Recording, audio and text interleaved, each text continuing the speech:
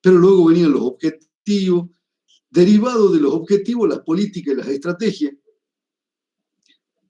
Luego teníamos la organización de los medios de producción. Luego venía el control y la gestión. Finalmente, las actividades y el desarrollo de las funciones para alcanzar resultados. Esa es la mirada que subyace en el instrumento que ustedes tienen de auditoría tecnológica. También vimos que la empresa va a ser analizada no solo en términos funcionales, como lo planteaba anteriormente, sino también por áreas. Distintas áreas que a su vez, por supuesto, configuran distintas funciones dentro de la organización. El área comercial, que desarrolla esta función de ventas, el área de personal, que desarrolla la función de la gestión del capital humano, el área de finanzas, que desarrolla la función de gestión de los recursos financieros, el área de la dirección, que genera el despliegue de la función que coordina a toda la organización, coordina y lidera a toda la organización. El área de administración, en donde se desarrollan funciones muy básicas de toda administración, como es la coordinación, como es el control, como es la planificación. El área de la producción, en donde la función que se desarrolla es la de agregar valor a los insumos. Entonces, como ustedes pueden observar, tenemos dos miradas complementarias, por supuesto, una mirada de tipo funcional con otra que clasifica las funciones en distintas áreas dentro de la organización. Y por cierto, la herramienta va siguiendo estas distintas áreas en el recorrido que hace para armar la auditoría. Bien, hablemos de las variables tecnológicas específicamente. Esto que acabo de mencionar es un breve repaso de cuál es el concepto, el modelo de base de la empresa, de la organización para hacer la auditoría tecnológica. En cuanto a las variables a considerar para hacer la auditoría en la fase tecnológica propiamente dicha, les recuerdo también algunos datos previos y de ahí entramos a ver las variables. Primero, les recuerdo que habíamos hecho como una especie de tres grandes rubros, tres grandes planos en los cuales distinguir variables. Uno era el análisis del entorno, que ya lo hemos pasado. El segundo, el análisis de la estrategia. Una estrategia a nivel global y una estrategia a nivel de áreas, esas áreas que vimos recién. Y finalmente el diagnóstico de la organización. En el diagnóstico teníamos también cuestiones generales, pero también teníamos cuestiones específicas, como por ejemplo el diagnóstico tecnológico. Bien. En materia de recursos tecnológicos, teníamos o se van a considerar las siguientes variables. Primero, la tecnología de producción, es decir, aquella tecnología que es la que genera el agregado de valor a los inputs de todo proceso. Si se trata, por ejemplo, de la producción de azúcar, será toda la tecnología por medio de la cual procesamos inputs, que en este caso es esencialmente la caña de azúcar, podría ser en algún caso la remolacha azucarera, el sorgo sacarífero, pero básicamente nosotros utilizamos caña de azúcar. Los rendimientos son excepcionales, no hay con qué darle a este cultivo industrial. Entonces tenemos una tecnología de producción que procesa ese inputs. Podríamos irnos al extremo. podríamos tener otra forma de agregar valor, por ejemplo, en una plataforma digital. La plataforma digital posee herramientas digitales que permiten agregar valor, en este caso a un input que son los datos. Por lo tanto, cuando hablamos de tecnología de producción, nos movemos en ese arco, entre la producción de bienes físicos y la producción de intangibles, tanto servicios como, por ejemplo, productos digitales. Luego tenemos, además de la tecnología de producción como variable, que deberemos considerar para cada empresa en particular. El concepto, repito, de tecnología de producción es toda aquella tecnología que procesa insumos agregándoles valor. Valor con el que la empresa captura parte del mismo en términos de renta o beneficio. Y luego tenemos las tecnologías de apoyo, que justamente trabajan como especie de rueda de auxilio de la tecnología de producción. Por ejemplo, podemos englobar entre las tecnologías de apoyo a las de mantenimiento, por ejemplo. Las tecnologías de mantenimiento. Podemos englobar entre las tecnologías de apoyo aquellas que sirven para desplegar el proceso logístico. Y dada la importancia, tenemos las denominadas TICs, las tecnologías de la información y la comunicación, que en algunos casos actúan como apoyo, en algunos otros casos actúan como verdadera tecnología de producción y en algunos otros casos actúan en materia de gestión de toda la organización. Por ejemplo, software tipo ERP o ERP, como se dice también a veces. Este tipo de software es un software complejo de gestión global de una organización. Y entonces opera con módulos que tienen que ver con la tecnología de producción, con módulos que tienen que ver con tecnologías de apoyo y con módulos que tienen que ver con la gestión misma de la organización. Entonces, dada la gravitación de las TICs, hemos abierto una variable especial para reflejar a este tipo de recursos tecnológicos que dispone una organización. Entonces, en el modelo de las 3E se va a trabajar la auditoría tecnológica clasificando los recursos homónimos, los recursos tecnológicos, en 3 grandes categorías: tecnología de producción, tecnología de apoyo y TICs. Segundo, además de los recursos, dijimos que en las organizaciones el despliegue de los recursos a través de la rutina me genera capacidades. El despliegue de los recursos tecnológicos y de otra naturaleza alimentan la capacidad de innovación de toda organización. Las variables que nos planteamos para capturar la capacidad de innovación de una organización son las 5 que están planteadas allí. En primer lugar, la experiencia, que como habrán visto, podríamos llamarlo también conocimiento tácito. En otras palabras, se trataría del conocimiento tácito que hemos acumulado usualmente en el caso de una pyme en un departamento técnico. En las pymes generalmente no hay departamento de I+D, pero sí suele haber algún departamento donde acumulamos los datos técnicos, por ejemplo, los planos, por ejemplo, las especificaciones de la maquinaria.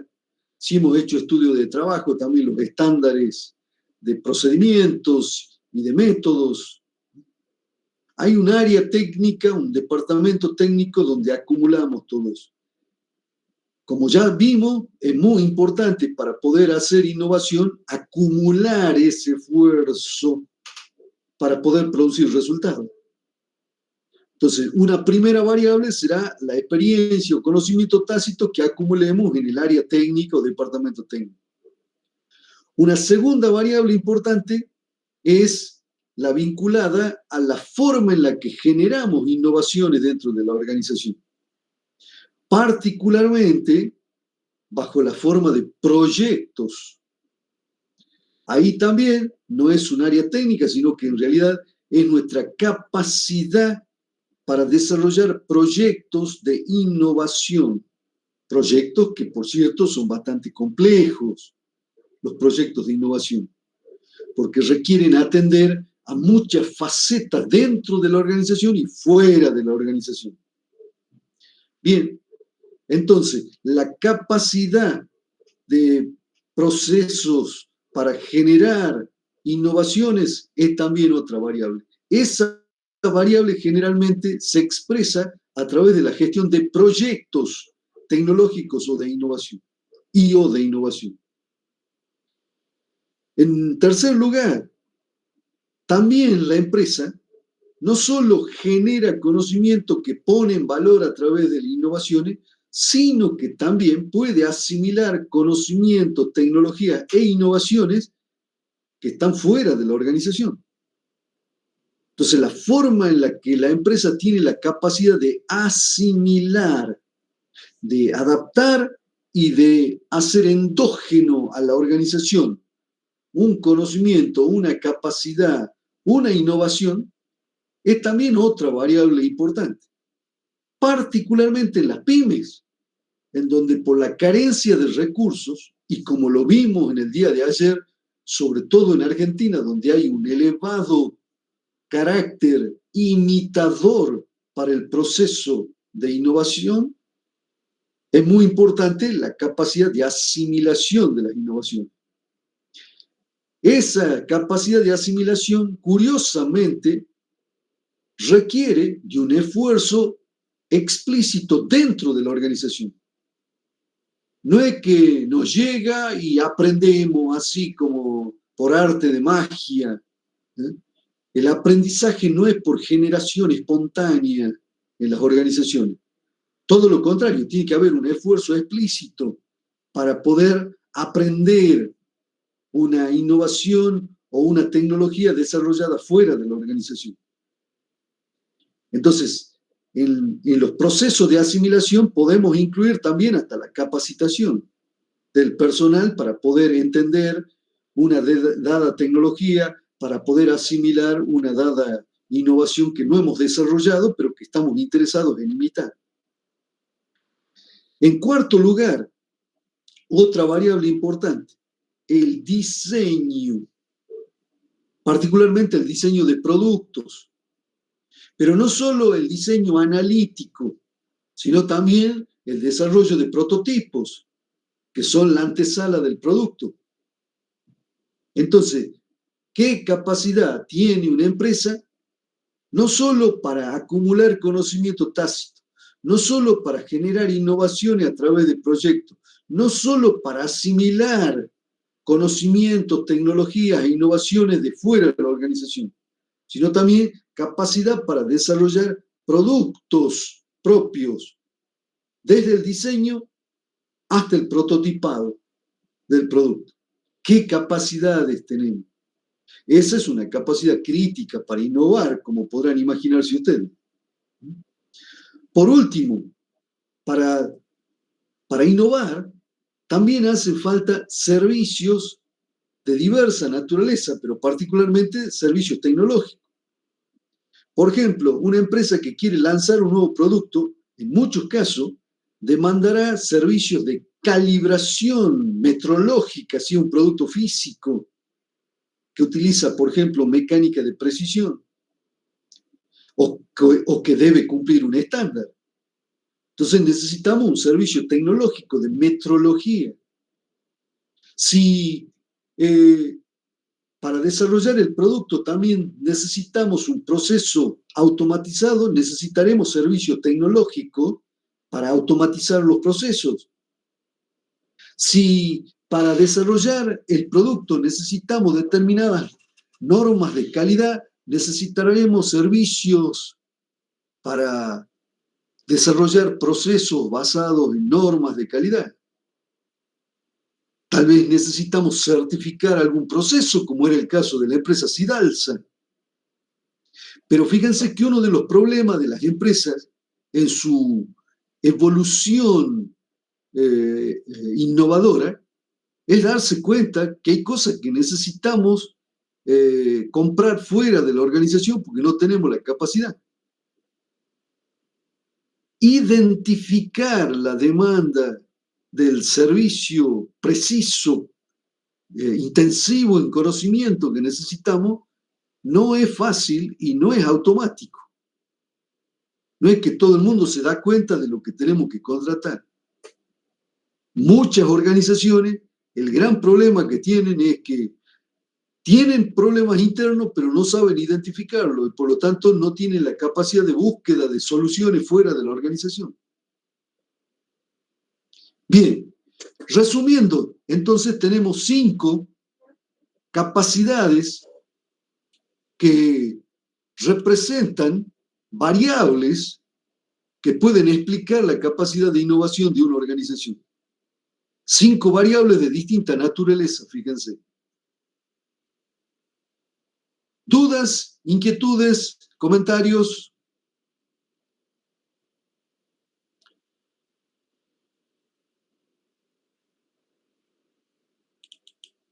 Fíjense otras variables tecnológicas que están asociadas a otras esferas. Profesor, sí, adelante, por favor, lo escucho. Un segundito, tengo una compañera que dice que está intentando ingresar, ¿puede revisarlo? A ver, sí, a ver, me fijo, sí, tiene razón. Rafael, sí. ¿Dijo compañera o compañero? Compañera. ¿Compañero? No, es femenino. Femenino, bueno.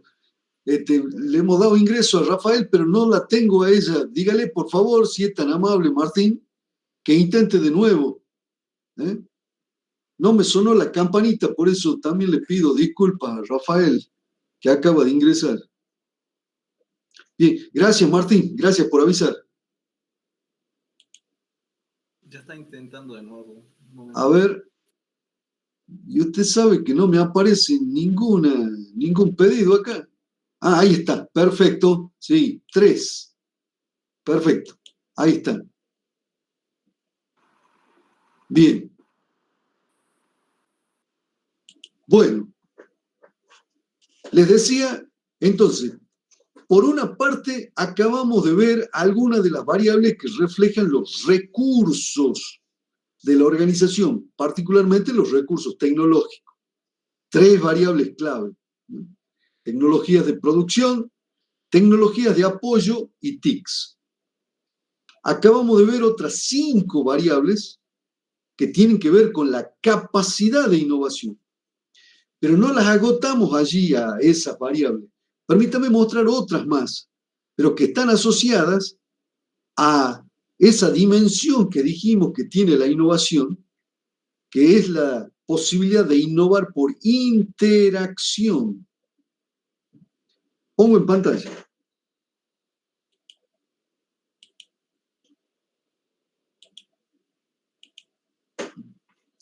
Bien. Aquí tenemos, como verán, la empresa también puede innovar por interacción, particularmente a través de la experiencia de cooperación con otras empresas. Una variable. Una segunda variable que intenta medir la capacidad de cooperación tecnológica, la participación de la empresa en programas públicos de investigación y desarrollo, de innovación, de calidad. La participación en un programa público implica la capacidad de la empresa de formular un proyecto, de que este proyecto reúna niveles mínimos de calidad, pero que a la vez la coordina a la organización con otros actores fuera de la misma para poder alcanzar resultados, para poder desarrollar algún producto, para poder mejorar algún proceso. Entonces, otra variable en el campo de la auditoría tecnológica es el de la cooperación tecnológica. Esa variable que es cooperación tecnológica la vamos a medir a través de dos indicadores. Uno, cooperación con otras empresas. Segundo, participación en programas públicos de distinta naturaleza.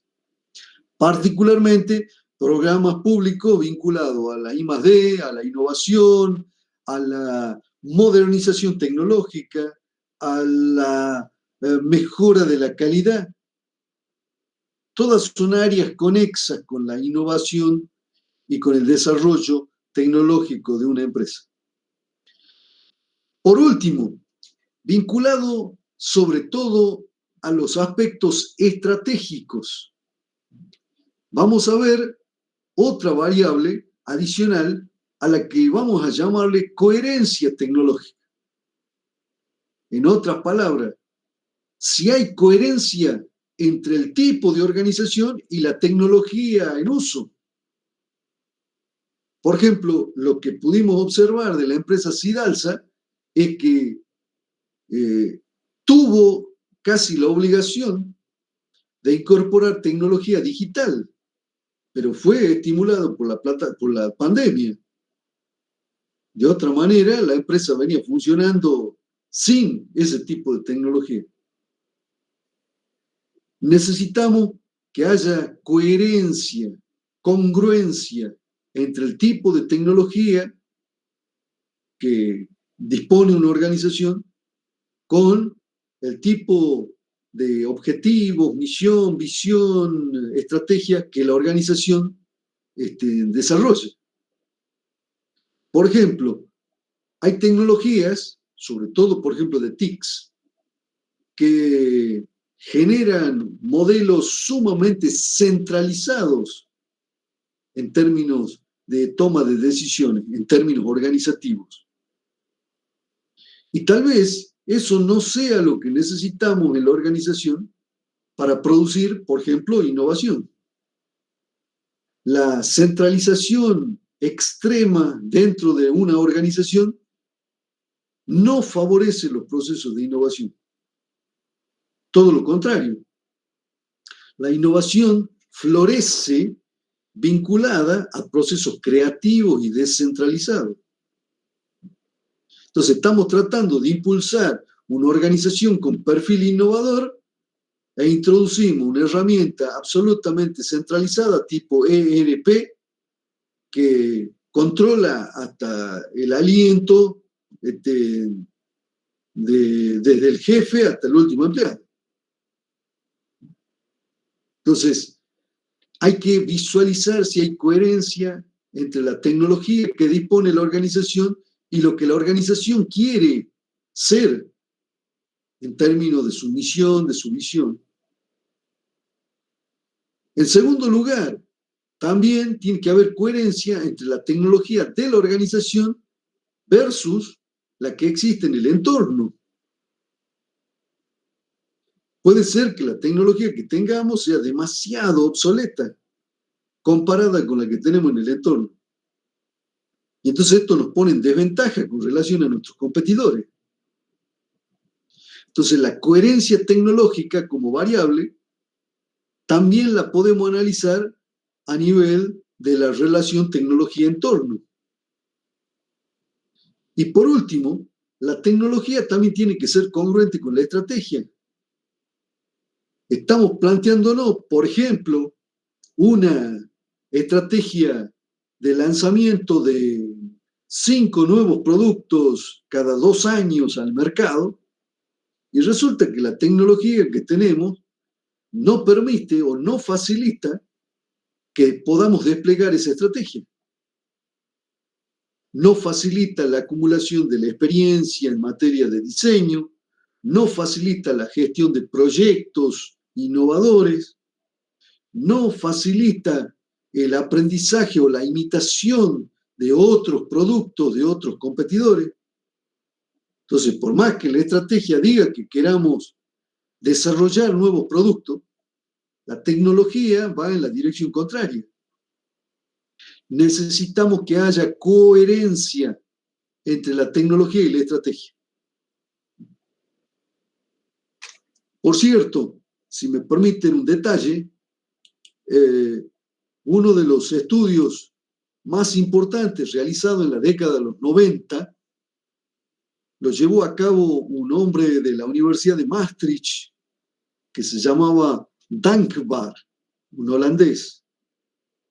Y su planteo fue justamente porque al estudiar numerosas organizaciones, él descubrió que no había coherencia entre los activos tecnológicos de la organización con la estrategia que la empresa pretendía desplegar en los mercados.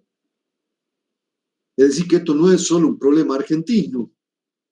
El primero que lo estudió a ese fenómeno se llamaba Dankbar, de la Universidad de Maastricht, que por cierto después se fusionó con una experiencia de Naciones Unidas y se creó lo que se llama el Instituto Unnumerit, donde trabajó Dankbar algún tiempo. Tuve la suerte de conocerlo a este holandés. Muy interesante su planteo, por cierto. Bien, coherencia tecnológica. Necesitamos que los activos tecnológicos de la organización sean congruentes con distintas facetas, que sean congruentes con la organización, que sean congruentes con el entorno y que sean congruentes también con la estrategia. Bien, estas son las variables principales que vamos a estudiar y que, por cierto, ustedes las tienen reflejadas en los cuestionarios que están subidos a la plataforma. En la plataforma está la herramienta que no solo tiene la auditoría del resto de la organización, sino que un párrafo especial, aparte, importante, es el vinculado a las variables tecnológicas, variables que acabamos de revisar. No sé si hay alguna duda, alguna inquietud, algún comentario.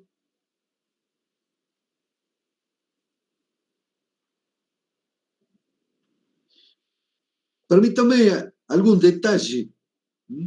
Acuérdense que entre las variables está la cooperación. Numerosas empresas innovan por interacción, cooperando con otras. Yo les relaté un caso, por ejemplo, de una cadena de valor, la cadena cunícola, los conejos.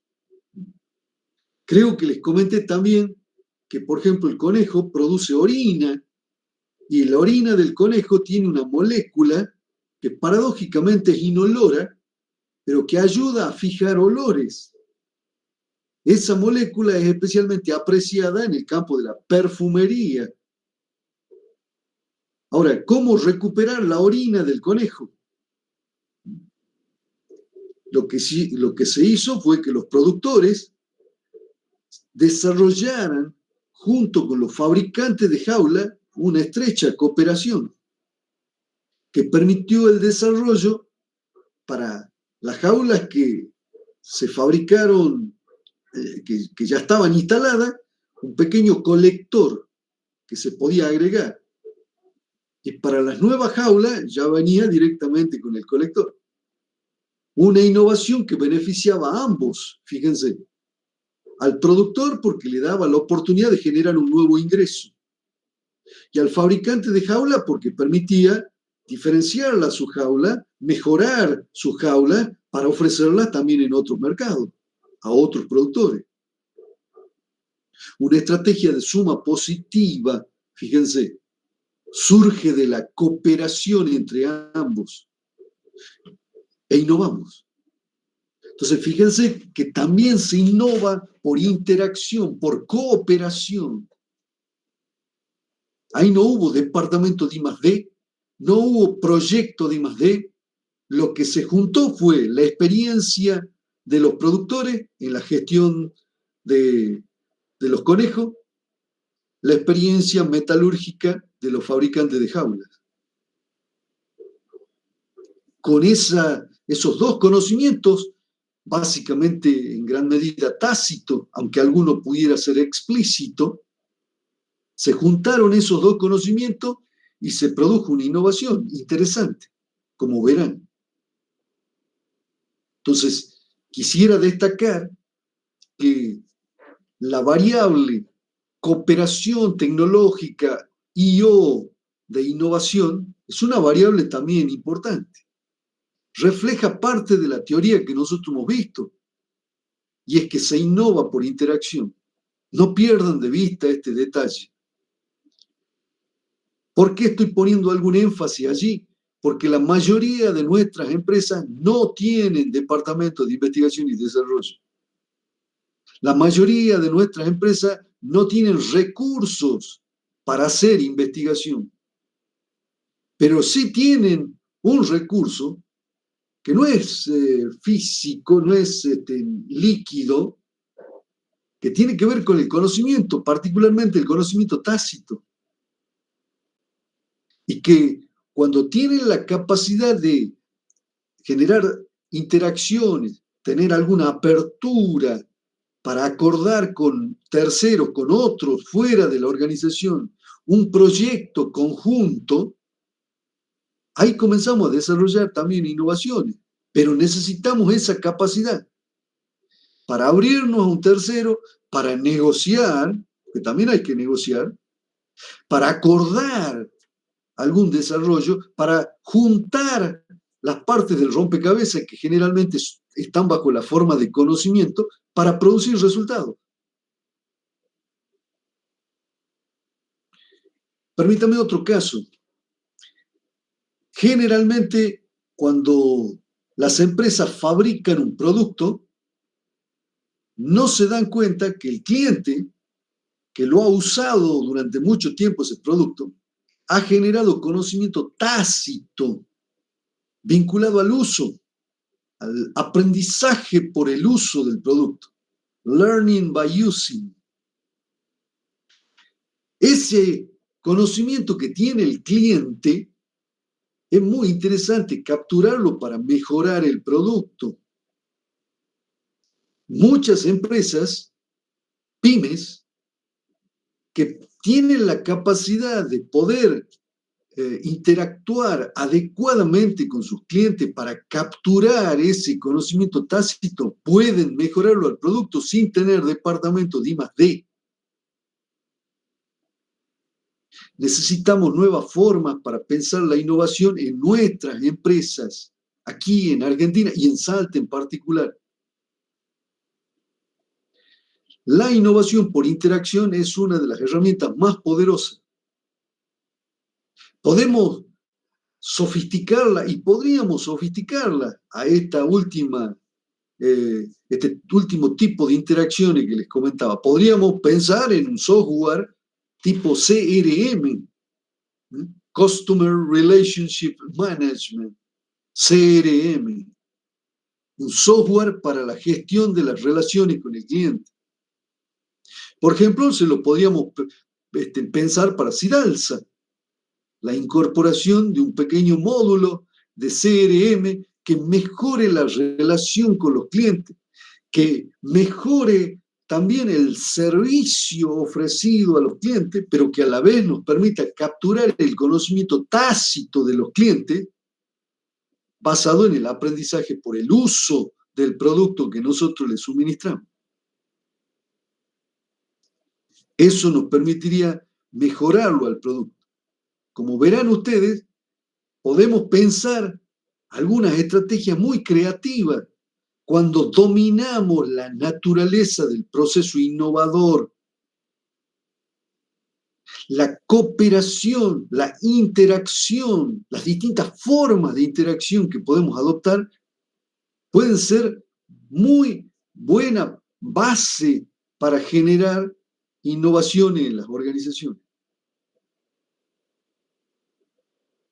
Por cierto, si mi empresa, por ejemplo, ha desarrollado algún saber especial con relación a una máquina que la hemos comprado, que la queremos modificar, pero no tenemos recursos, y podemos, por cierto, yo he participado en algún proyecto de este tipo, Podemos negociar con el fabricante de la máquina que me vendió, que nos la vendió a nosotros. Y decirle, che, mira, nosotros hemos hecho en alguna experiencia, creemos que se podría mejorar bastante la máquina con algunos cambios. ¿Te interesa que armamos un proyecto conjunto? Nosotros te ponemos el know-how, vos haces la modificación y la probamos en nuestra empresa. Vamos a hacer el conejito de India, pero nos quedamos obviamente con la máquina. Estrategias para innovar, estrategias para cambiar. No todo cambio requiere del recurso financiero. En realidad requiere del recurso más escaso, las buenas ideas.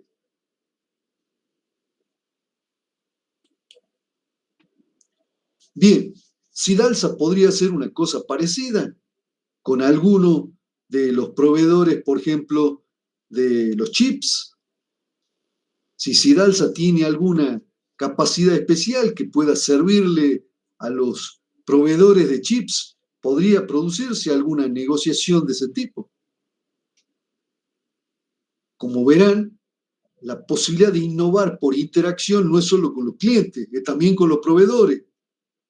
Puedo innovar con mi cadena de suministro, interactuando, por ejemplo, para compartir información que permita un mejor uso de todos los recursos a lo largo de la cadena de suministro. No sé si han estudiado en alguna materia estadística y han visto el fenómeno que se llama el efecto látigo.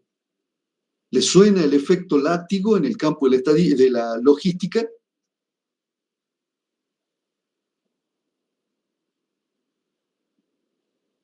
¿Sí o no? No, yo al menos no le suena. Perfecto. Bien, es un fenómeno que se produce en las cadenas logísticas que es bastante complejo, que tiene que ver con información que se transmite mal a lo largo de la cadena. Desde los clientes, que no necesariamente pueden ser clientes finales, pueden ser, por ejemplo, minoristas, distribuidores minoristas, por algún motivo perciben mal la información de los clientes finales y comienzan a aumentar sus pedidos. Ese aumento de pedido va generando amplificaciones en el movimiento de la cadena logística hacia atrás hasta alcanzar a los fabricantes e inclusive a los proveedores de los fabricantes. Muchas cadenas logísticas pueden colapsar con la mala información amplificada circulando a través de la cadena. A ese fenómeno se lo llama el efecto látigo, porque es igual que un látigo. Uno hace un pequeño movimiento en la mano, pero la punta del látigo tiene una gran amplitud de movimiento. Generalmente con el efecto látigo, los más perjudicados son los fabricantes y los proveedores de los fabricantes. Entonces, un pequeño movimiento de la información vinculada, por ejemplo, a los distribuidores, genera importantes movimientos amplificados hacia atrás. Este fenómeno lo descubrieron en el Instituto Tecnológico de Massachusetts. Ahí lo estudiaron por primera vez. Y por cierto, se ve que hay algún grupo muy festivo ahí que lo estudió este fenómeno y se lo puede simular con un juego que se llama el juego de la cerveza, pero no nos da la vida para jugarlo. Bueno, a ver, solo anótenlo y después googleenlo. Efecto látigo. Bien, ese fenómeno puede partir en dos a una cadena de suministro. Cooperar para mejorar la información que circula en la cadena de suministro puede ser una herramienta importante que reduce notablemente las posibilidades de que ocurra el efecto látigo. No lo elimina totalmente, pero mejora notablemente las posibilidades, atenuándolo, inclusive reduciendo las probabilidades de que ocurra. Eso es también una innovación. Y ahí yo puedo innovar con mi cadena de suministro aguas abajo y con mi cadena de suministro aguas arriba, los proveedores. Para lo cual puedo establecer algunas variables críticas de información que podemos compartir. Y fíjense que se trata de innovaciones que no exigen I+D. Se trata de innovaciones que están basadas en la interacción de los distintos agentes. Bien, como verán, estamos recuperando parte de la teoría, pero estamos presentándola en forma de las variables que ustedes van a medir en términos de auditoría. Y estoy tratando de dar algunos ejemplos vinculados a Sidalsa como para que ustedes puedan conectar. Sidalsa tiene un montón de problemas de innovación. Por ejemplo, ayer vimos que la gestión tecnológica va desde las estrategias con las cuales la empresa se proyecta en los mercados, basado sobre todo en sus recursos tecnológicos y capacidades de innovación, pero además de las estrategias, en la gestión tecnológica llegamos hasta la resolución de problemas a nivel de planta. El armado de grupos para resolver problemas a nivel de planta es también otra innovación. Es una innovación de tipo organizacional, vinculada a los procesos. Por cierto, cuando veamos Just in Time, una de las primeras experiencias de este tipo apareció en Japón, aunque también, creo que el otro día lo comenté, apareció también en Suecia, con la Volvo, la famosa empresa fabricante de autos y de camiones, sueca. Fueron también pioneros en la misma década, en más o menos los mismos años, al igual que los japoneses, tratando de trabajar en grupos dentro de la planta, desafiando la lógica tayloriano-fordista, que los ponía a los trabajadores en fila, que pensaba en la organización como si fuera una especie de máquina con engranaje, donde cada engranaje era un trabajador, aislado, individual, una lógica atomística de la organización. Y todo eso se cambia en la década de los 60. Empezamos a pensar en otras claves. Y aparecen los grupos. En Toyota, por ejemplo, el primer círculo de calidad se monta en el año 1962. Y es una innovación organizacional. A los trabajadores se los califica con herramientas adecuadas para resolver el problema. La espina de pescado de Ishikawa, el análisis del diagrama ABC o de Pareto, análisis de frecuencia, árboles causales, etcétera, etcétera.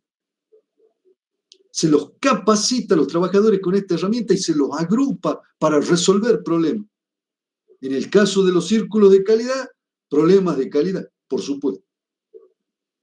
La Volvo hace otro tanto lo mismo, pero no solo para resolver problemas de calidad, sino también problemas de producción, problemas técnicos o tecnológicos de producción, con los trabajadores a nivel de planta, no en ninguna área técnica.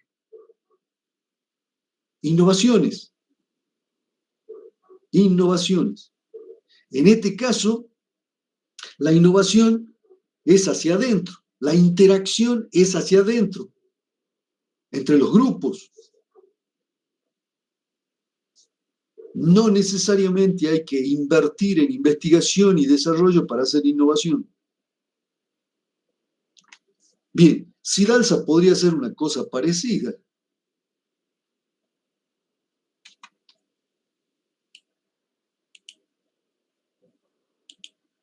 Bien, solo algunos detalles. Creo que ya hemos mencionado las buenas prácticas, así que permítame que pase rápido, solo para recordarles. De paso cañazo les viene bien para el parcial. En materia de auditoría tecnológica sigue valiendo el análisis causal. Mejora notablemente la presentación de los resultados de la auditoría a través de un análisis causal. Acá tienen, por ejemplo, un pequeño árbol causal, un problema observado con causas internas y externas, a las cuales seguimos respondiendo. Con la profesora Barbarita Villanueva, cuando estudien calidad, ingeniería de la calidad, que va a ser el cuatrimestre que viene, van a aprender la espina de pescado de Ishikawa y los 5 por qué. Es decir, que van a poder aprender a desarrollar el análisis causal a través de una herramienta y 5 por qué que nos conducen a las verdaderas causas del problema observado, de los síntomas observados. A nosotros no nos da la vida. En realidad, esta materia estaba en el segundo cuatrimestre y ingeniería de la calidad en el primero. Se cambió en algún momento, no sé por qué, no quiero opinar al respecto, pero eso no favoreció la formación de ustedes. Bien. Entonces, primera buena práctica, análisis causal. También en materia tecnológica necesitamos hacer análisis causal. En vez de las ventas, puede ser un problema tecnológico. Supongamos, no sé si alguien quería hacer algún comentario allí. ¿Profesor está compartiendo pantalla? Sí. No, ¿No? A mí no. Ah, perdón, disculpe. No sé qué pasó. Sí, a ver, deje de compartir. Ahí.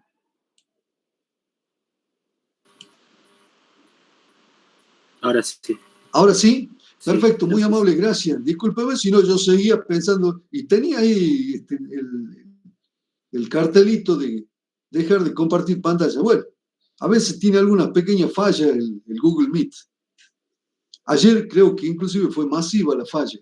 Yo tuve un par de conferencias y estaba con problemas. Bien, entonces decía, una primera buena práctica, estamos hablando de las buenas prácticas, una primera buena práctica, el análisis causal. En vez de las ventas, podría ser el problema observado en el producto. Supongamos que el producto tuviera una mala terminación en la superficie. Eso podría tener que ver o con la maquinaria, una causa, o con los materiales, una segunda causa. O también podría tener que ver con la metodología de trabajo, una tercera causa. Entonces, como ustedes pueden observar, podemos hacer un análisis causal sobre la base perfectamente de o un árbol de fallo o de la espina de pescado de Ishikawa. Podría ser también que los problemas de terminación del producto no tuvieran que ver con los materiales, ni con la máquina, ni con los métodos, sino también con el trabajador. Por ejemplo, una mala capacitación del trabajador, una mala calificación del trabajador, que habrá que corregir. Y una vez que, por ejemplo, nos ponemos a explorar, supongamos la maquinaria, bueno, ¿cuál es el problema con la maquinaria? Puede ser el herramental de la maquinaria, que, por ejemplo, está desgastado, o podría eventualmente ser que esa maquinaria tenga demasiadas holguras, porque es muy vieja. El desgaste de la maquinaria genera que el juego que tiene para maquinar una pieza, por ejemplo, hace que o se vaya fuera de tolerancia o no termine bien la superficie. Ahí tenemos que ver. Entonces, fíjense que frente al problema empezamos a investigar cuáles son las causas. Frente al síntoma observado, que es la mala terminación del producto, empezamos a observar cuáles son las causas. Repito, en el caso de un producto, podríamos tener como causa la materia prima, la maquinaria, la metodología, la mano de obra. Supongamos que fueran los materiales. Bueno, ahí vamos a investigar. También las especificaciones de los materiales. Por el precio que estamos pagando, no hay problema de calidad en la especificación. El proveedor es confiable. A pesar de que tenemos una especificación de calidad, puede ocurrir que el proveedor nos venda gato por liebre. Tenemos que descubrir dónde está el problema para resolver la mala terminación del producto que va a dar a manos del cliente. Entonces, vuelvo al punto. En la auditoría, como vimos anteriormente, una buena práctica es el análisis causal. También lo es para la auditoría tecnológica. También vimos, como otra buena práctica, una serie de fases generales. No la vamos a repetir, pero una serie de fases generales en donde se vuelven a dar también algunas de las buenas prácticas que ya les hemos marcado cuando vimos la auditoría en general. Y solo para terminar, también vimos que hay que presentar bien la información. Esto también ocurre con el diagnóstico tecnológico. Necesitamos que el informe, en la fase tecnológica, con relación a las variables tecnológicas y de innovación que acabamos de ver, presenten propuestas creativas, que aporten soluciones a la empresa, que permitan evaluar esas soluciones, que generen criterios para elegir entre ellas. Es decir, en otras palabras, estas propuestas y recomendaciones, tanto en el diagnóstico general como en el diagnóstico tecnológico, tienen que agregar valor a la organización, además de estar bien presentado, con un formato adecuado, con un contenido adecuado. Bien. Mi pedido en particular, dejo de compartir, mi pedido en particular es: lean el pequeño manual que está planteado en la plataforma, en el aula virtual.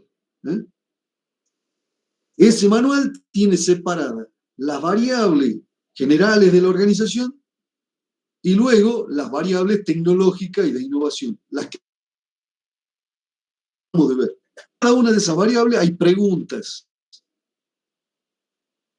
y que tienen un rango de variación, como habrán visto. Ese es el rango que ustedes van a tener que capturar mediante la observación directa en las organizaciones. Esa herramienta no es para aplicarla con un formulario Google Form, como la autoevaluación de la que hablamos, sino que se trata de una herramienta para hacer observación directa. La pandemia es observación directa. No es posible diagnóstico, salvo autodiagnóstico. No es posible diagnóstico a distancia. Hay que ir y ver, observar el espacio dentro de las organizaciones, los espacios donde se desarrollan los procesos dentro de las organizaciones. En el Just in Time o Lean Production hay que observarlo detenidamente. Eso se llama Gemba Gembutu. Observar detenidamente el espacio de trabajo. Bien, son 18:08, comamos bizcocho. Propuesta. Podemos hacer un pequeño alto como para recuperar la atención, si les parece. Si no, continuamos. ¿Cómo la ven? ¿Están cansados?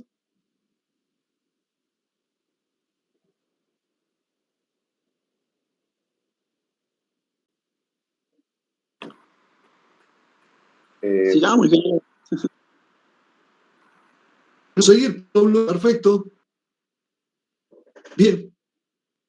Hasta aquí lo atinente a la gestión tecnológica y de la innovación, incluyendo la herramienta de auditoría tecnológica, que complementa la herramienta que vimos anteriormente.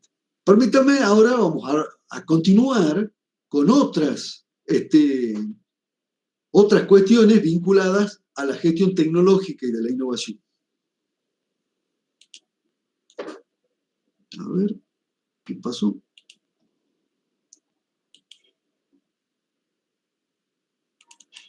Bien.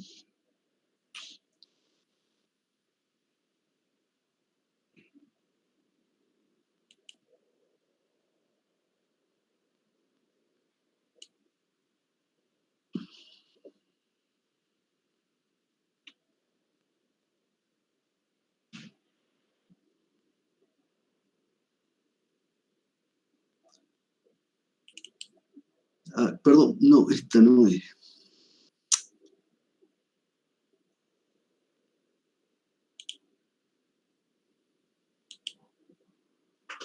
A ver, ¿dónde la tengo?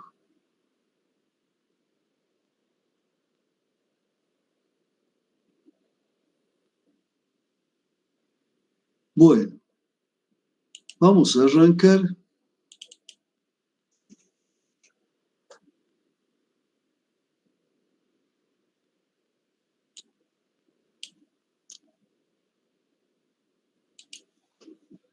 Bien,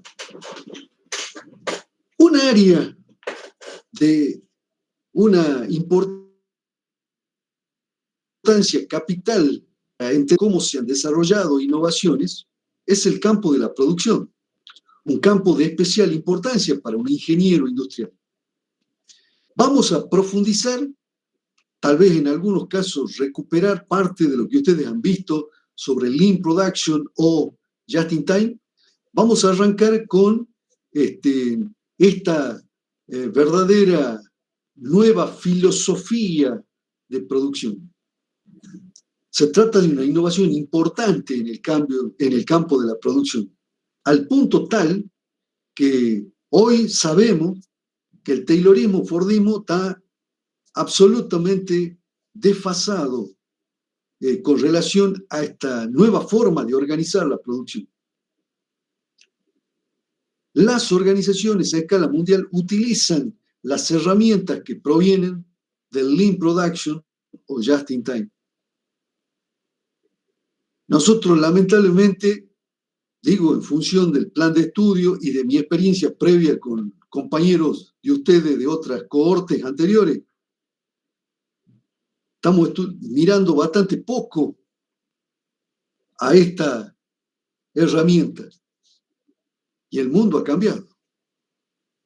Es muy importante que incorporemos esas herramientas en la mochila, que provienen de una innovación importante, como decía, en el campo de la gestión de la producción. Veamos algunos de esos detalles. Comparto pantalla.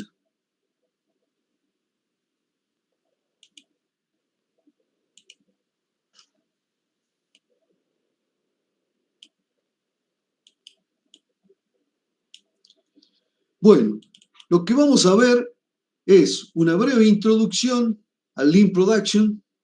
Después vamos a describir, en particular con algunos datos históricos. Luego vamos a describir en qué consiste el sistema de producción esbelta o Just in Time o Lean Production. Vamos a ver algunas herramientas y vamos a ver finalmente en qué consiste el proceso de implementación, brevemente, porque no nos dan los tiempos para hacer, digamos, una profundización, pero por lo menos para que ustedes tengan una idea.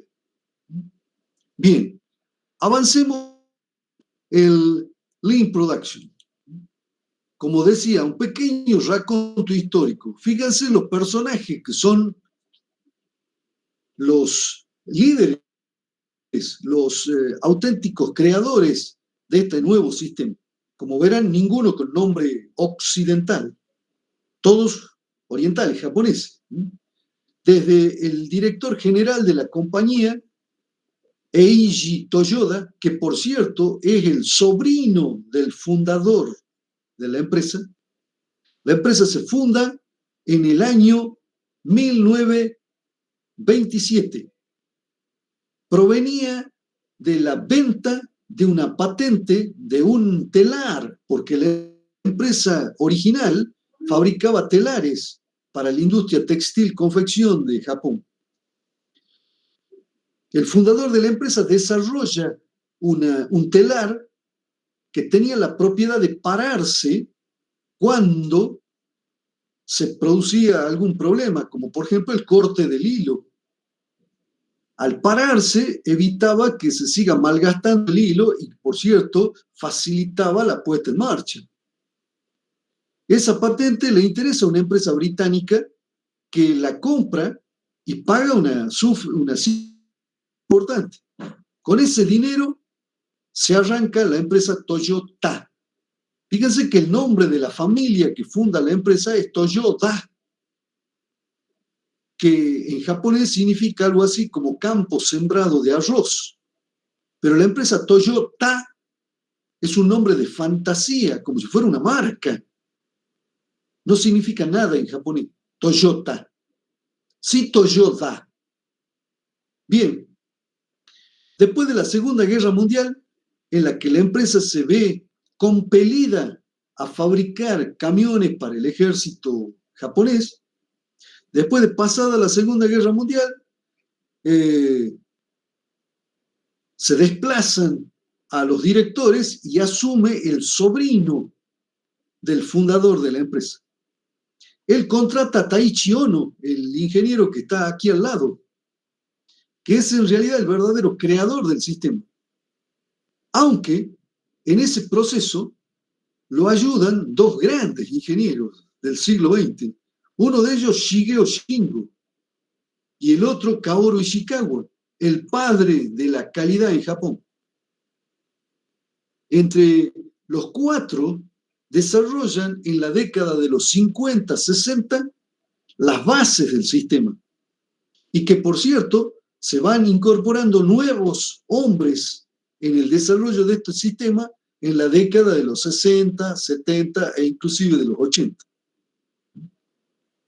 En los 60 hay un gran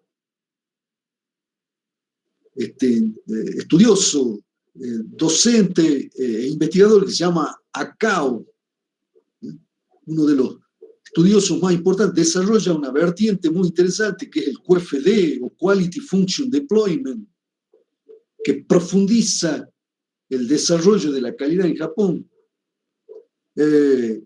Aparecen otros estudiosos como Kondo, como Kano, con K, numerosos investigadores que estudian y que desarrollan buena parte de las herramientas que después se dan a conocer en el mundo occidental, mostrando, por supuesto, una total supremacía con relación al taylorismo fordismo. En algún punto, sobre todo en la década del comienzo de los 90, se produce una transición. Se desarrolla en el Instituto Tecnológico de Massachusetts un proyecto, un importantísimo proyecto para estudiar la industria del automóvil a escala global. La dirigía James Womack, este pelado que está aquí, del MIT. Y del otro lado del océano estaba Daniel Jones, que pertenecía, creo que al Imperial College de Londres. Estos dos grandes investigadores, ingenieros, por cierto, acompañados por otro estudioso del MIT, que es Daniel Ross, desarrollan este proyecto desde el año 86 en adelante. En el año 90 publican este libro que se transforma en un bestseller a escala mundial, La máquina que cambió el mundo. Se refieren al automóvil. En este libro se dedican a comparar con datos precisos el sistema just in time con el taylorismo-fordismo. Y como ellos mismos señalan, no hay esfera en la que el taylorismo-fordismo sea superior al just-in-time. En el just-in-time todo es superior al taylorismo-fordismo. Desde el tratamiento de los proveedores, la gestión de la calidad, la gestión de los problemas a nivel de planta, la gestión del capital humano, la vinculación con los clientes, todo. Al punto tal que ellos deciden desarrollar esta nueva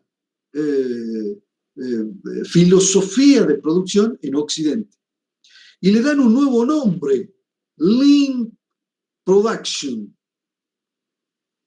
Los que le ponen el nombre de Lean Production, que en castellano podríamos traducirlo como producción esbelta o producción magra, producción delgada.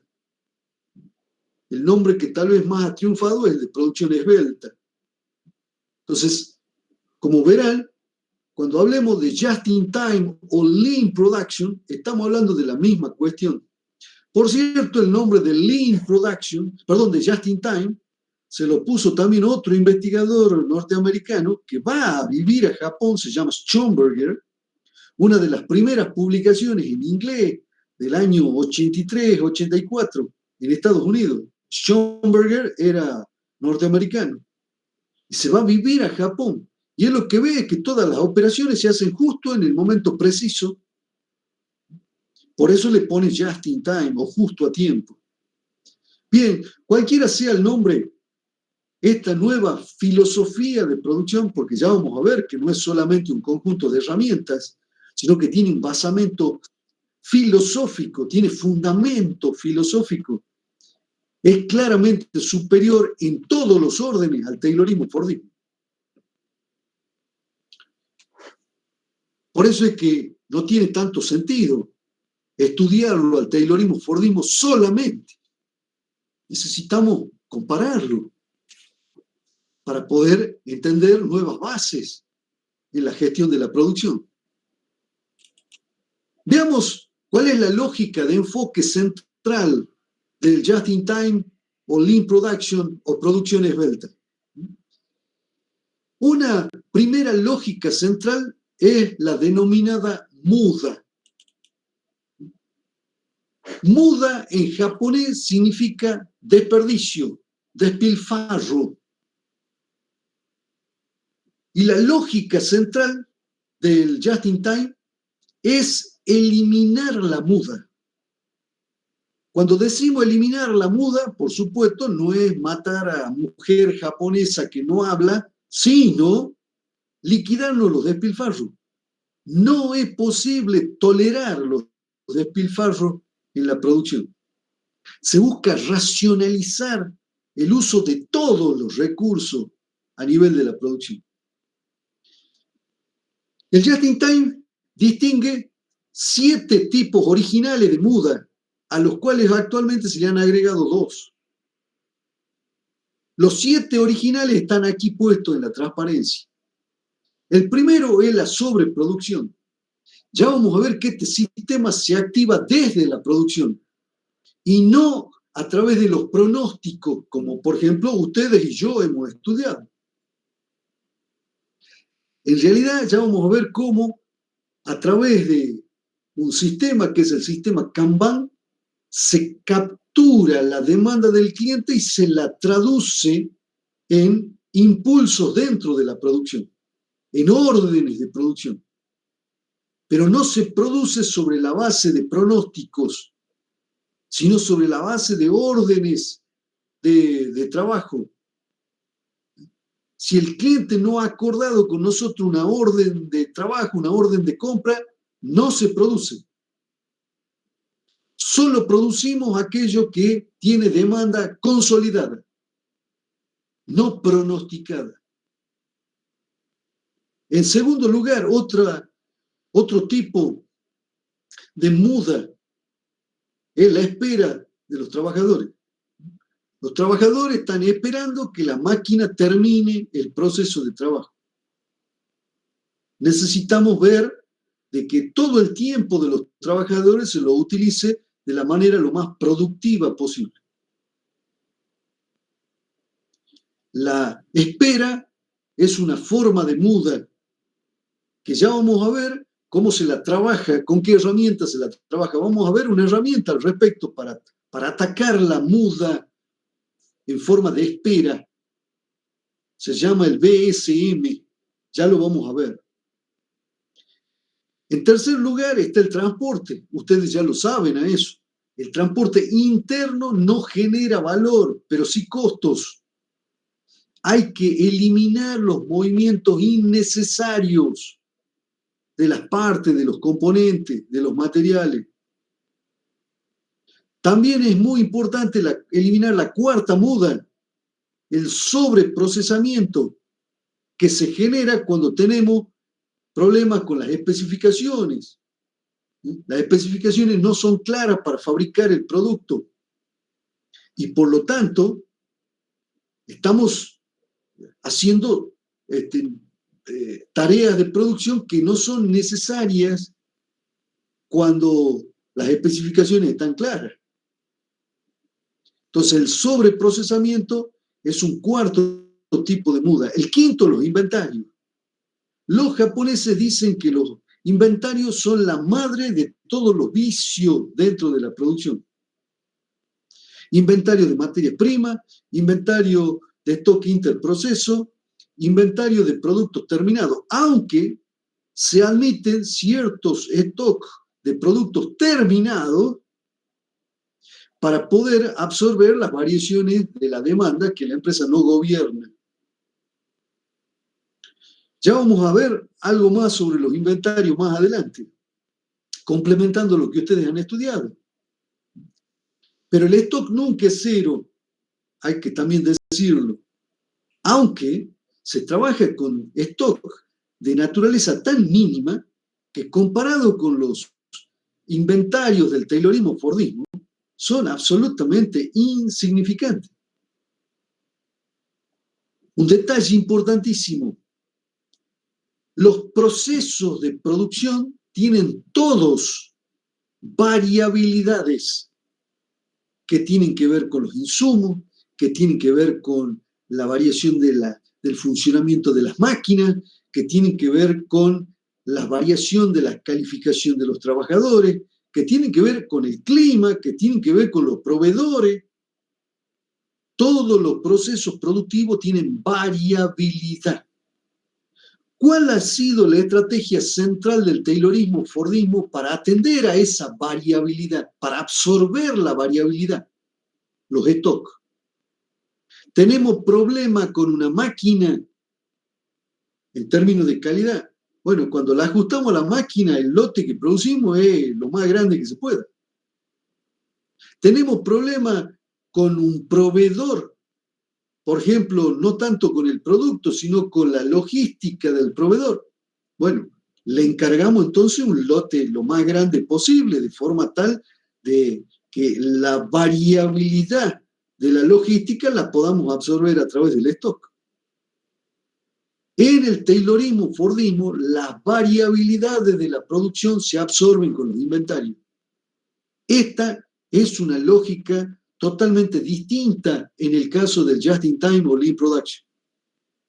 Por el contrario, los inventarios se intenta establecerlo en niveles mínimo, minimorum, casi tendiendo a cero.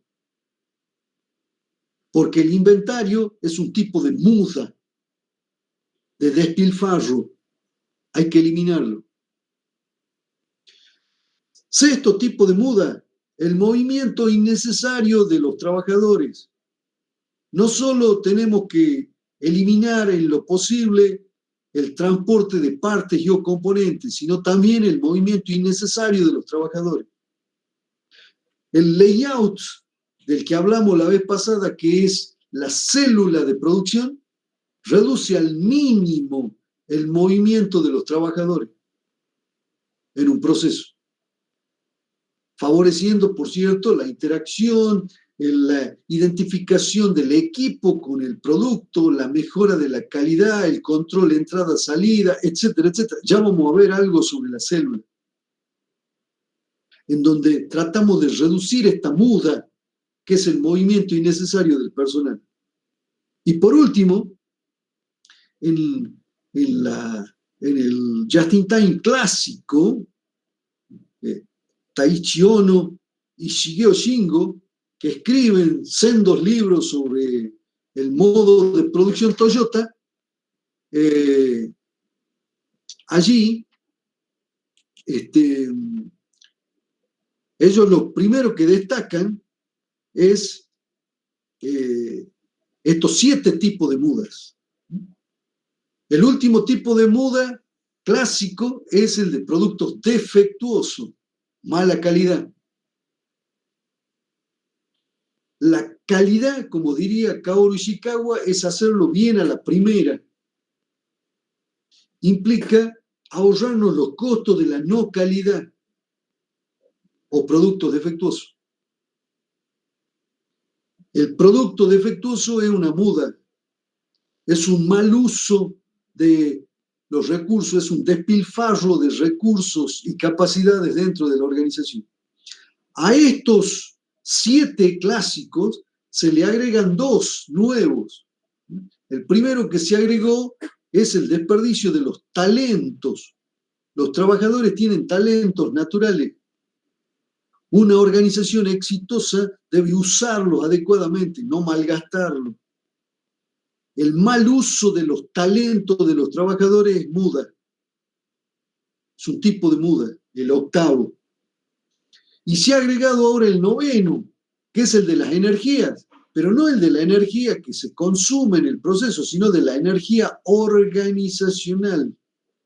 La energía que ponen todos para cambiar, para transformar, para modificar la organización. Necesitamos darle un cauce adecuado a esa energía. No podemos despilfarrar la energía de una organización. Entonces, se han agregado 2. Por cierto, estos 2 nuevos tipos de muda se agregaron en Occidente, no en Japón. Aquí, por cierto, me olvidé de comentarle que Womack y Jones montan un instituto que se llama el Instituto Lean, que está situado en Estados Unidos. Y desde allí, desde la década de los 90, años 96 en particular, se dedican a hacer consultoría sobre el Lean Production a escala global. Ellos desarrollan lo que podríamos llamar el primer decálogo del Just-in-Time, que es este libro que se llama el Lean Thinking, que es en realidad una continuación de La máquina que cambió el mundo, en donde aquí se establece con mucho mayor nivel de precisión los principios básicos que están relatados de manera más operativa en el libro La máquina que cambió el mundo. Por cierto, este libro no tiene desperdicio. Yo me voy a fijar si lo tengo en inglés, pero no recuerdo si lo bajé en castellano en algún momento. Si lo tengo, lo voy a compartir. No tiene desperdicio este libro. Bien. Entonces la muda es una lógica clásica que tiene el Just-in-Time para abordar los problemas de producción. Así como el Taylorismo, Fordismo aborda los problemas de producción desde la estandarización, el Just-in-Time tiene como punta del ovillo para abordar los problemas de producción en las organizaciones, la muda. 2 lógicas diferentes, como verán. Por cierto, ya vamos a ver que esta es más poderosa que la otra. Algunos comentarios medidos en Toyota. Esta es información de 2 ingenieros mexicanos, muy importantes, Villaseñor y Galindo. trabajan en el TEC de Monterrey. Bien, fíjense los estudios que se han hecho, cuál es el porcentaje de tiempo que en realidad agrega valor en la producción y cuáles son los tipos de muda que se pueden observar. Como verán, el 95% son muda, solo el 5% de valor agregado. Datos de estudios realizados en planta, en Toyota.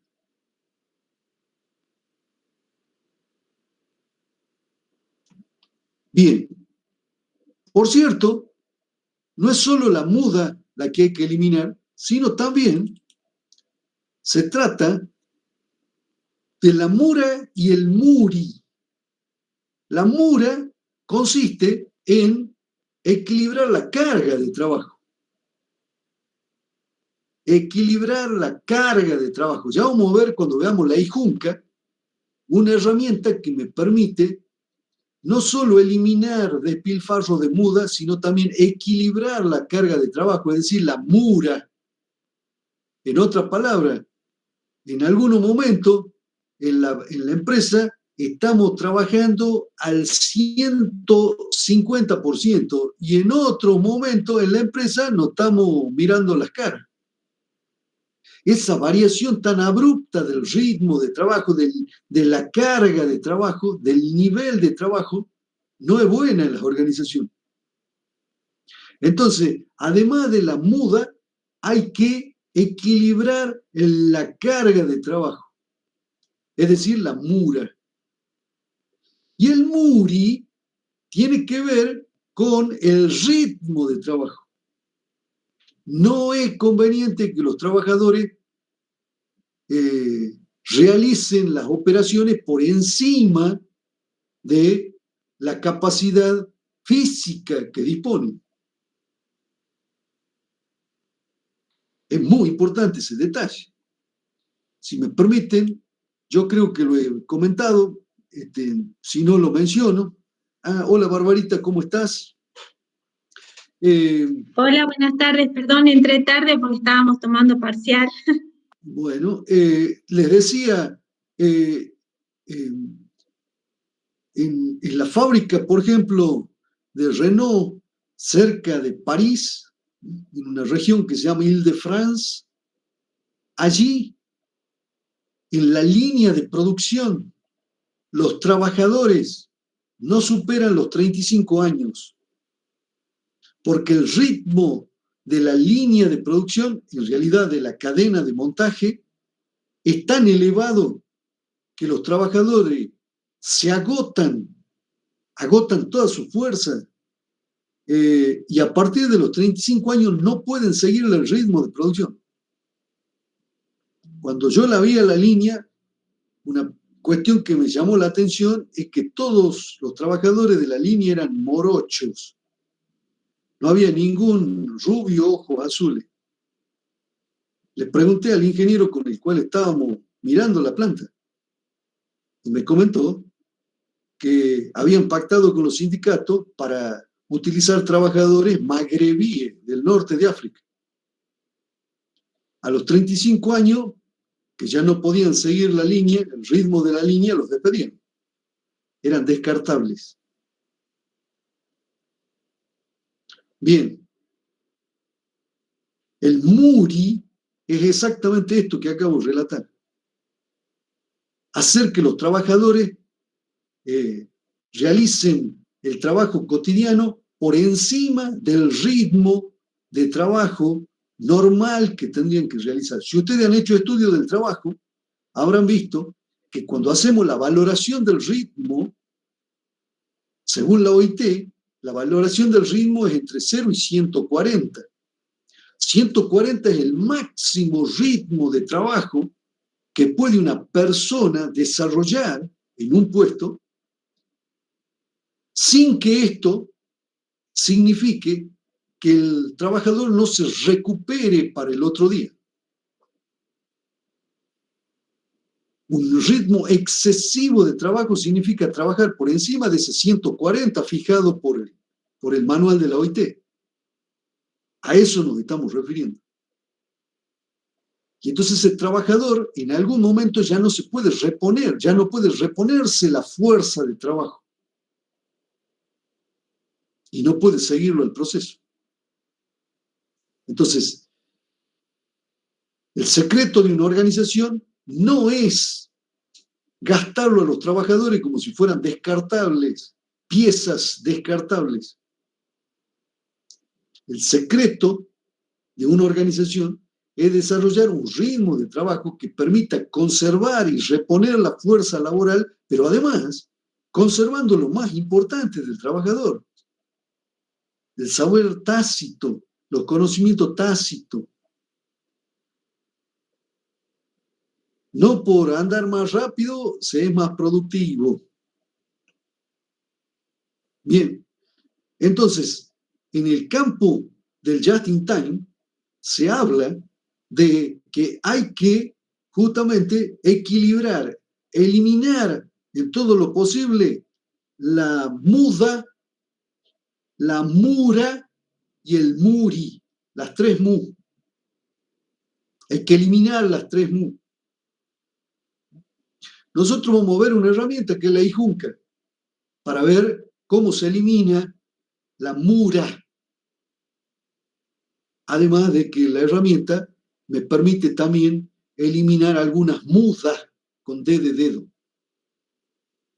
Para eliminar el muri, lo que hay que hacer es tomar en cuenta el ritmo de trabajo y aplicar a rajatabla el 140 de los estudios que ha hecho la OIT, estudios que hoy, por cierto, son aceptados por todo el mundo. Ahora, la OIT es la única organización de Naciones Unidas que es una organización tripartita. Están representados los trabajadores orgánicamente, pero también están representados las empresas orgánicamente, cámaras empresariales, y están representados los estados.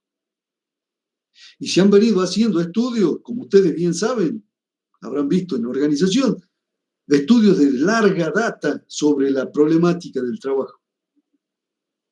Para eliminar el muri hay que trabajar no más allá del 140%, que es lo que permite la recuperación de la fuerza de trabajo de los trabajadores.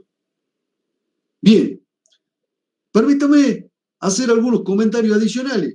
Vuelvo a poner en pantalla. Me gustaría, sobre todo, avanzar. A ver, ¿dónde estamos? Perdón. Avanzar. Esta me la salteé, pero me gustaría señalarlo. Yo dije que el stock es la madre de todos los vicios, según los ingenieros japoneses. Es porque el stock enmascara los problemas. Una forma de implementarlo al just in time, vamos a ver otra, por cierto, pero una forma de implementarlo es ir haciendo descender paulatinamente el nivel de stock. Dije paulatinamente, es decir, lentamente. A medida que van apareciendo los problemas, los vamos resolviendo. Por ejemplo, el stock enmascara malos problemas, dice, todas las variabilidades de la producción que tienen algún problema detrás son enmascaradas por el stock. Esto es lo que ocurre en el marco del Taylorismo Fordismo. Para poder mejorar una organización, yo necesito ser consciente de que el stock, el inventario, está enmascarando todos estos problemas. Sin esa comprensión, difícilmente pueda yo modificar exitosamente una organización, hacer cambios racionales y exitosos en una organización. Entonces, a medida que vamos haciendo descender el nivel paulatinamente, van apareciendo los problemas e iremos resolviéndolos. Problemas de diseño, problemas muy importantes, sobre todo a nivel de producto. Kaoru Ishikawa dirá que la fuente básica de la calidad está en el diseño del producto. Queremos mejorar la calidad del producto, tenemos que revisarlo al diseño. que queremos mejorar el método de trabajo, tenemos que revisarlo al diseño. El diseño es una clave central. Muchos de los problemas del diseño se enmascaran a través del stock. Los setups de máquina, la preparación de la máquina, cuando son muy largos, también introducen numerosos problemas. Hay que resolverlo. En el Just in Time se desarrolló una herramienta para resolverlo, el método SMED. Hay problemas de calidad, necesitamos atacar esos problemas para resolverlo. Particularmente hay una serie de herramientas para resolver los problemas de la no calidad que van a ver con la profesora Villanueva. Problema de layout, problema con las máquinas, de rotura de máquinas, de mantenimiento inadecuado, problema con los proveedores. Todas son problemáticas que generan variabilidad de los procesos y que el Taylorismo Fordismo usó el stock para justamente absorber esas variabilidades. Pero el problema es que a su vez las enmascara, las hace no visibles, hace que no tengamos la visualización de los problemas de fondo de la organización. Por eso es tan importante atacar la muda o atacar la muda, la mura y el muri. Esto como lógica básica de una nueva forma de organización de la producción. Dije anteriormente que el Lean Production o Just in Time o producción esbelta no es un conjunto de herramientas. Muchas organizaciones fallan porque piensan que el Just in Time es solo un conjunto de herramientas y se equivocan de medio a medio. El Just in Time o Lean Production es una verdadera filosofía de producción. Repito, filosofía, no ideología. Filosofía de producción. Bien, ¿en qué consiste esa verdadera filosofía de producción? Podríamos decir que se trata de un sistema, acá tienen alguna definición, que nos permite gestionar las operaciones de forma tal que los clientes reciban el producto que justamente han solicitado en el momento justo o preciso en el que lo han solicitado, en la cantidad justa que han pedido, con la calidad precisa, máxima que exigen, utilizando, por el contrario, el mínimo de recursos, particularmente de inventario para ello, con la eliminación en todo lo posible de la muda. Esta verdadera filosofía de producción se la puede graficar de la siguiente manera. En la base están los fundamentos de esta verdadera filosofía de producción. ¿Cuáles son esos fundamentos? Por una parte, la eliminación de la muda, del despilfarro. Pero por otra parte, está lo que podríamos llamar el espíritu de la mejora continua. El Kaizen es en realidad un valor milenario en la cultura japonesa. Se suele señalar de que en realidad es un valor que se hace explícito con la cultura samurái alrededor del siglo IX después de Cristo. Digo como para tener una idea de la cantidad de agua que hay bajo el puente sobre esta cuestión de la mejora continua o Kaizen. Se trata entonces de un verdadero valor cultural en Japón, el espíritu de la mejora continua. Siempre se puede mejorar. Eso no es una ideología, claramente. Tiene un sustento cultural. Siempre se puede mejorar. Este fundamento, que implica la amalgama de estos dos principios, un principio de racionalidad en el uso de los recursos, que por cierto en Japón está altamente estimulado por la carencia de recursos. Pero esa racionalidad exacerbada por la carencia de recursos es una racionalidad positiva en cualquier lado del mundo, aunque haya comenzado allí por el entorno natural en el que se desarrolla esta nueva filosofía de producción. Bien, sobre la base de estos fundamentos hay 3 pilares básicos. El primero, la participación, que luego se tradujo también en compromiso de los trabajadores. En el Just in Time, los trabajadores no son un centro de costos, no son un salario más que se paga, como decía un presidente que se fue hasta hace poco, que me parece que le regalaron el título a ese che. Los trabajadores son la nueva fuente de productividad y competitividad que descubren las empresas japonesas. Son una clave central de las organizaciones. La mirada de contador es absolutamente inadmisible en este caso. Nosotros, gracias a Dios, estudiamos ingeniería, no somos contadores. Que un trabajador porta conocimiento tácito y también tiene talentos desde los cuales puede generar las soluciones que la empresa está buscando, está necesitando. El capital humano de la organización es su capital fundamental en el Just in Time. Y por cierto, no estamos hablando de hacer socialismo como algún empresario me dijo aquí en Salta, en algún momento, cuando le planteé la posibilidad de armar grupos para resolver problemas. Nada que ver el chorizo con la velocidad. El trabajar en grupo, el privilegiar al capital humano implica una mirada diferente de las organizaciones. El drama es que tenemos mucha gente con la cabeza obturada, y precisamente aquí en Salta además. Y si me permiten un detalle adicional, inclusive en la facultad,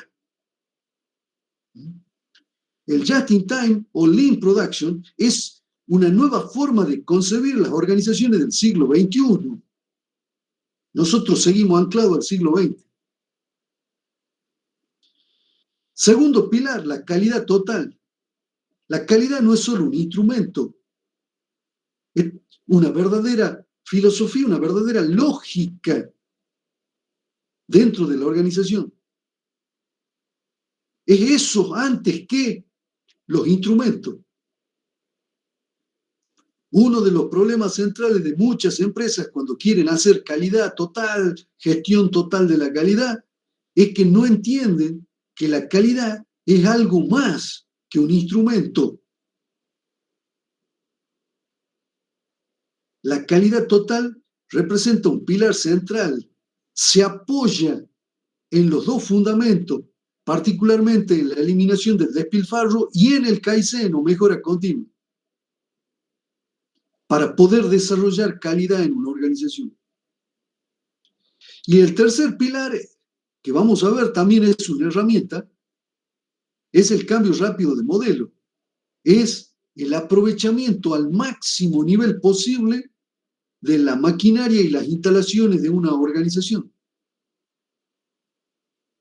También está anclado en el principio de racionalidad en el uso de los recursos, de la mejora continua en el uso de los recursos. Por cierto, el cambio rápido de modelo se traduce en una herramienta, acá en el techo de la casa. Se llama el SMED. Lo vamos a ver brevemente porque no nos da la vida para ver todo. Por cierto, el SMED se complementa con otra herramienta que van a ver con la profesora Barbarita Villanueva, que es el TPM, o Mantenimiento Productivo Total, que permite que este recurso esté siempre disponible. Me refiero a la maquinaria y a las instalaciones. Otras herramientas, algunas muy conocidas, por ejemplo, los círculos de calidad que ya he mencionado. Nosotros vamos a ver el Hoshin-Kanri, una forma de planificación estratégica. Ya la vamos a ver. El resto me parece que no nos da la vida. Ustedes probablemente vean la Casa de la Calidad, corregime, Barbarita, UFD, Casa de la Calidad. Van a ver Kaizen. Nosotros vamos a hacer un breve comentario. Hay un 5S también, un lugar para cada cosa y cada cosa en su lugar. No nos da la vida. Vamos a ver Eijunka, vamos a ver BSM, vamos a ver el concepto de Tag Time, vamos a ver algo de Kanban y vamos a ver Hoshin-Kanri. La restante no nos da la vida para ver. Poka-yoke, método a prueba de error. Originalmente se llamaba Baka-yoke, que en japonés significaba método a prueba de tonto con B larga en japonés. Como era demasiado ofensivo el nombre, Shigeo Shingo, el inventor, lo cambió a Poka-yoke, método a prueba de error. El Kaikaku es hacer innovación. Alguien me preguntó el otro día, está por encima del Kaizen, es una innovación de naturaleza mucho más profunda que la incremental que plantea el Kaizen. Acá no figura el Kakushin, que sería el tercer nivel o innovaciones radicales. Algo vamos a ver del flujo de una pieza como para que ustedes puedan apreciar cómo la reducción del lote influye notablemente en los tiempos de entrega al cliente. Algo vamos a ver del layout denominado célula de producción. El Shohinka tiene que ver con la calificación y la flexibilidad de los trabajadores para atender el cambio a veces en los mercados que implican la adaptación también de la organización internamente. No lo vamos a ver al Shohinka. El Jidoka tampoco lo vamos a ver. Se trata tanto de una lógica como de mecanismos para parar la producción. Algo impensable en el Taylorismo Fordismo. Parar la línea de producción. El Jidoka permite parar la línea de producción cuando hay dos tipos de problemas básicos. O problemas de calidad, por lo tanto, parar la línea es primordial para no seguir produciendo mala calidad, para encontrar el problema y resolverlo. O también el Jidoka implica parar la línea cuando hay problemas de seguridad en la línea. Seguridad que afecta a los trabajadores. Entonces, paramos la línea, porque la no seguridad, al igual que la no calidad, son costos muy superiores a hacer calidad y a hacer seguridad. Bien, todas estas herramientas, sobre la base de los pilares y de los fundamentos, apuntan a un objetivo: generar valor para el cliente, del cual la empresa se apropiará de una proporción interesante. La apropiación de esos beneficios, del valor generado para el cliente, implica usualmente el aumento de beneficio. Vamos a ver que también eso se hace mediante una estrategia que es la reducción de costo total, que tiene una lógica bastante diferente a la que impulsó el Taylorismo Fordismo. En otras palabras, y ya los libero, estamos frente a una verdadera nueva filosofía de producción. No solo de herramientas. Esas herramientas están enlazadas entre sí con una lógica sistémica. Hay importantísimos fundamentos, principios básicos, que si uno no los tiene presente, no puede entender en qué consiste esta forma de organizar la producción. Womack y Jones, dos norteamericanos, lo verifican En la actualidad, el Just-in-Time o Lean Production hace mucho tiempo que ha dejado de ser norteamericano. Hace mucho tiempo que ha superado todas los prejuicios que se planteaban. Se solía decir que no, porque es japonés, difícil de implementar. No, el problema no es que es japonés. El problema es que no se lo entiende bien. Se piensa que hay un conjunto de herramientas y ya. Implementamos 5S y decimos que estamos haciendo Just-in-Time. Y recién estamos arrancando. Y encima ni siquiera llegamos a la quinta S, que es transformar el orden en cultura dentro de la organización. A través de la disciplina, por cierto. Bueno, todo eso lo van a ver con la profesora Barbarita Villanueva, van a ver 5S. Lo importante es que ustedes puedan entender que no se trata de un conjunto de herramientas. Esa es una clave central. En Argentina hay cada torrente. En la década de los 80 había gente que decía que trabajaba just in time. ¿Por qué? Porque habían negociado con los proveedores, las grandes empresas, habían negociado para que los proveedores le tengan el inventario. Eso no es just in time. Eso es cualquier cosa. Bien, perfecto. No me da mal los tiempos. Tengo ahora otra clase. Entonces, por pasar en limpio, martes, 16:30, arranca el examen. Termina 17 horas. Ahí continuamos con la clase. Todas las dudas me las mandan por mail. Pueden acceder varias veces al formulario, las veces que